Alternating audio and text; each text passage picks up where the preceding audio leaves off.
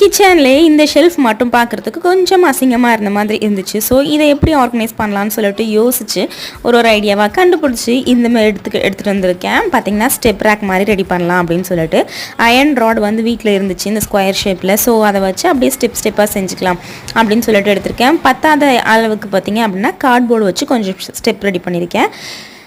ஒரு வேலையை வந்து நம்ம அப்புறம் செய்யலாம் நம்ம தள்ளி போட்டோம் அப்படின்னா நம்மளால் செய்யவே முடியாமல் போயிடும். ஸோ நினச்ச உடனே செஞ்சிடணும் அப்படின்னு சொல்லிட்டு சோம்பேறித்தனத்தை எல்லாத்தையும் மூட்டை கட்டி ஒரு ஓரமாக வச்சுட்டு செஞ்சிடலான்னு சொல்லிட்டு இப்போ கண்டினியூஸாக ஒரு 4-5 டேஸாக பிரிஸ்காக வேலை பார்த்துட்ருக்கேன்.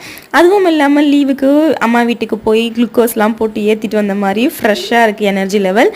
ஸோ அந்த எனர்ஜி லெவல் போகிறதுக்குள்ளார நம்மளும் எல்லா வேலையும் முடிச்சிடணும். பார்த்தீங்க அப்படின்னா எந்த அளவுக்கு அவுட்புட் இருக்குன்னு நீங்களே பாருங்கள்.